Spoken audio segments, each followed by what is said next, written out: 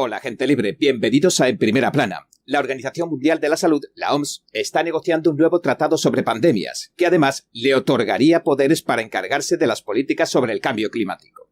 Esto daría a la OMS y a su director general, Tedros Adhanom en particular, la autoridad suficiente para declarar pandemias globales y diseñar la respuesta. La iniciativa ya cuenta con el respaldo de Estados Unidos y de la Unión Europea. Y ahora, entremos en materia.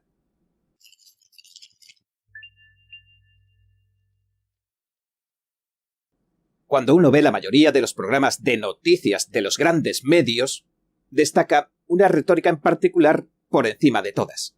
Esta resuena incesantemente en el trasfondo de muchas de sus emisiones. Hablan de los peores fenómenos meteorológicos de todos los tiempos, de la crisis del cambio climático, de desastres naturales jamás vistos, de terremotos, de inundaciones repentinas, etcétera, etcétera. Todas estas cosas se nos repiten en bucle, una y otra vez infinitamente.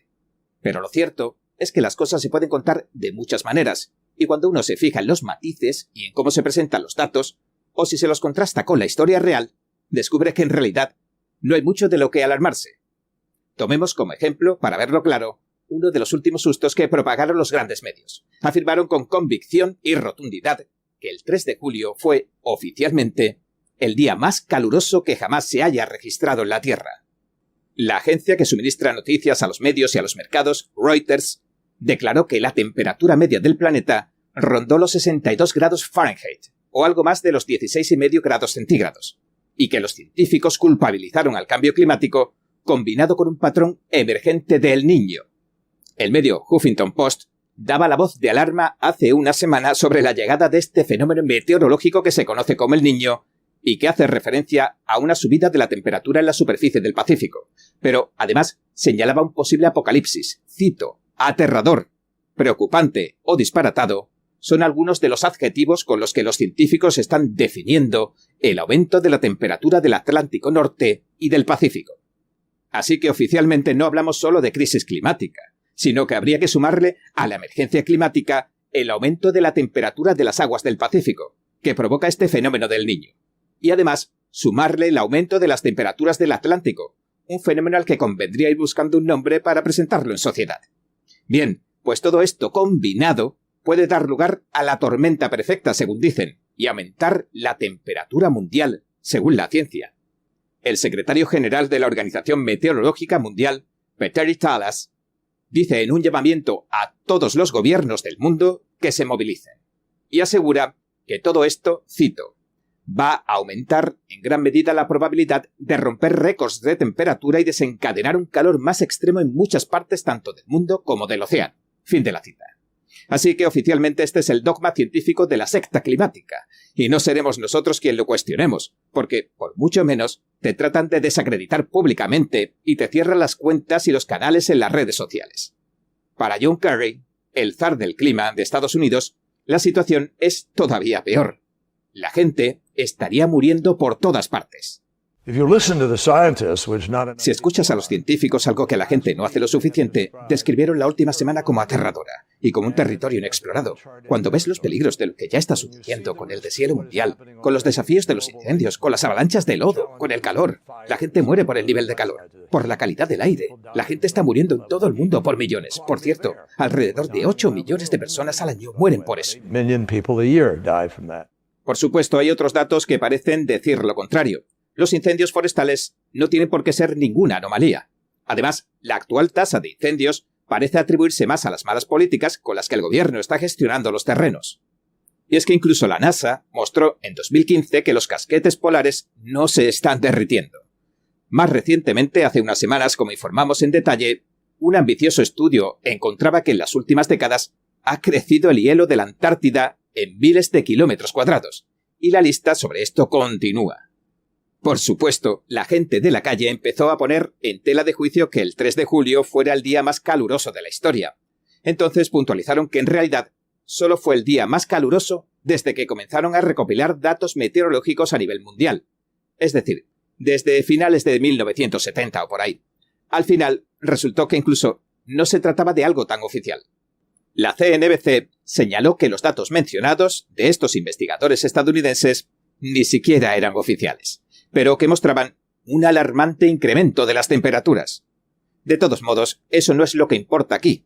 Lo que debe asumir usted en su casa es que los científicos del clima están todos y cada uno profundamente preocupados, porque el futuro que nos aguarda está plagado de cataclismos naturales.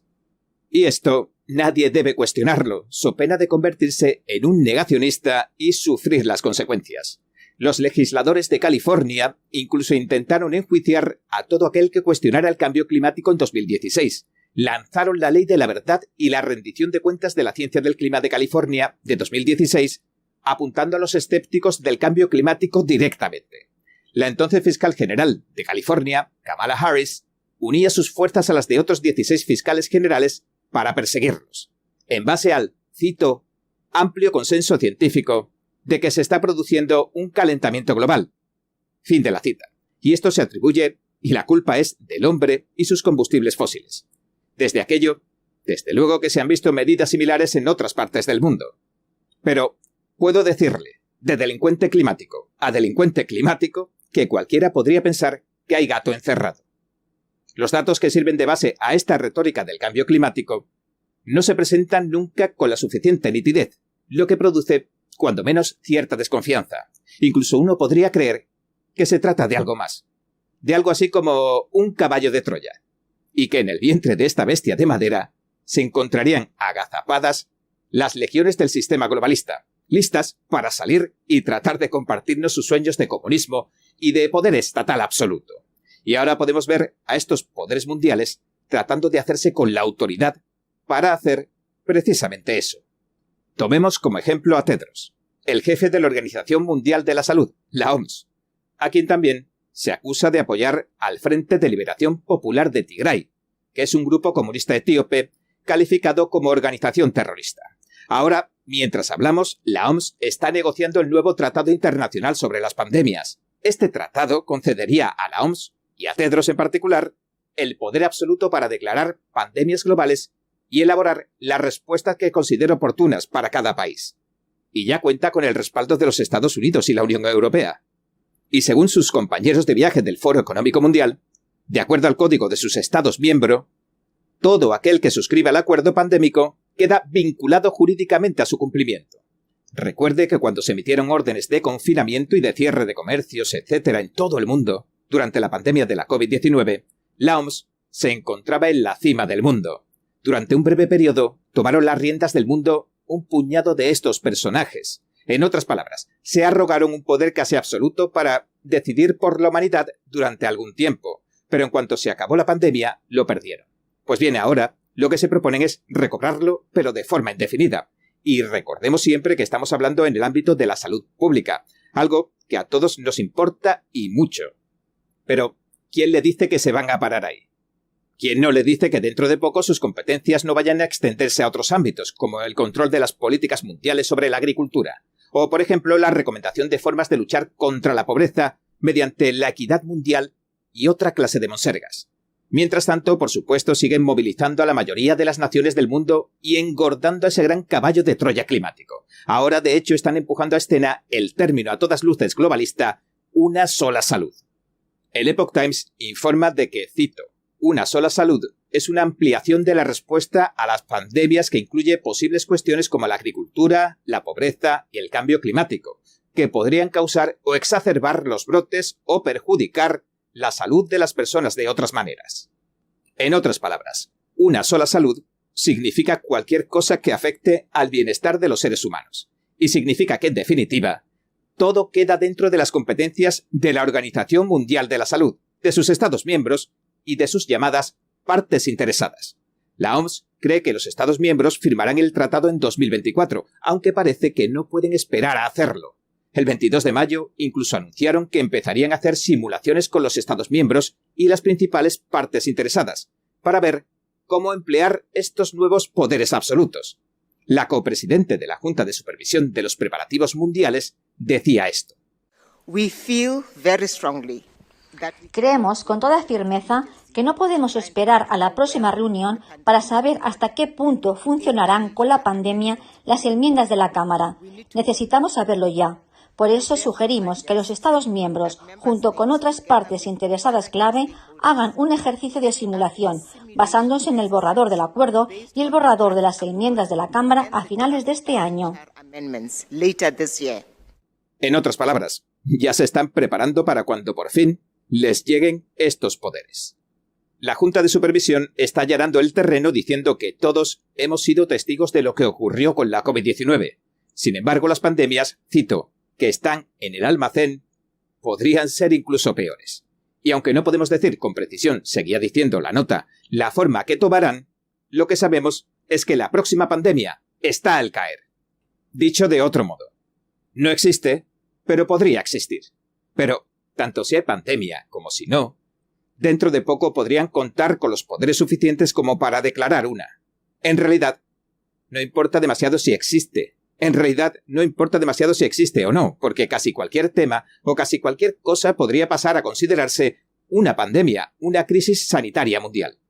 Y una vez que le dieran esa designación, la OMS recobraría todos esos poderes y controles globales que perdieron y que buscan esgrimir una vez más. En Estados Unidos, los republicanos de la Cámara de Representantes le reprocharon a la administración Biden el 17 de mayo durante una conferencia de prensa en el Capitolio que estuviera negociando con la OMS para concederle estos poderes.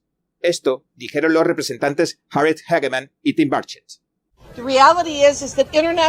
La realidad es que el derecho internacional no queda por encima de nuestra Constitución. Biden no puede obligar a los estadounidenses a seguir las leyes y reglamentos que no ha aprobado nuestro propio gobierno federal. Y no toleraremos ni